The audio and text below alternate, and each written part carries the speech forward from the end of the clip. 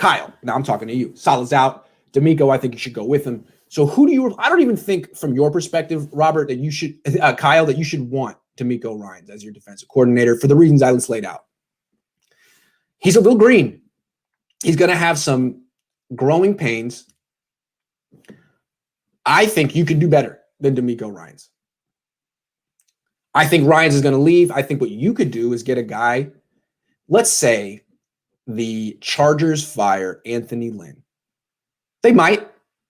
If the Chargers fire Anthony Lynn, that means defensive coordinator Gus Bradley would be available. Kyle, you tried to get Gus Bradley in 2017. Your first choice was Vic Fangio.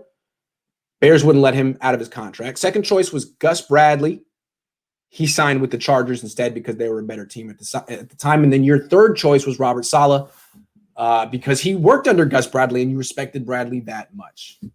Well, if Bradley's available, why would you want Robert Saleh's young 36-year-old protege who has no experience over Robert Saleh, the person who developed Robert Saleh, the person Robert Saleh calls when he needs the answer? When Robert Saleh is figuring out, oh my God, what do I do with DK Metcalf? What's the answer here? How do I shut down DeAndre Hopkins? What's the way to contain these mobile quarterbacks? He called Gus Bradley. That's his Yoda. D'Amico Ryans is his project. Gus Bradley is his guru. I want that guy.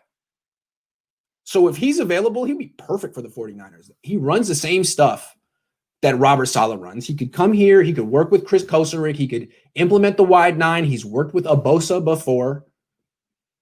I think Gus Bradley's the guy. He can keep with what Robert Saleh's been doing. He can pick up where Robert Saleh left off. They talk constantly. They do the same things. So Gus Bradley, if he's available, that's who you want.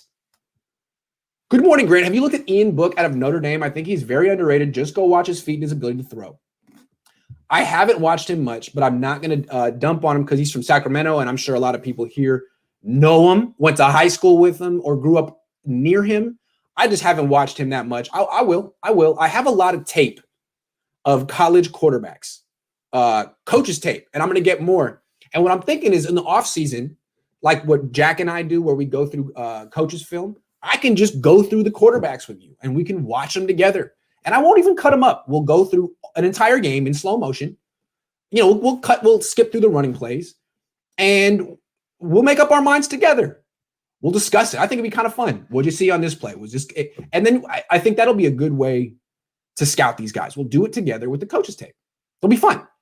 So Ian Book, we'll get to you eventually, but I do want to go through like the big guys first. And I'm going to talk about Kyle Trask and other people next. That's my idea for the offseason, is to do some of this scouting as like a collaborative thing with me and you guys. Like, for example, what I want with Kyle Trask, I mean, I'm going to get to him later. He had his worst game ever. The way I think about scouting is you take a guy's worst game, you take a guy's best game, and you kind of call them outliers and try to look at the rest.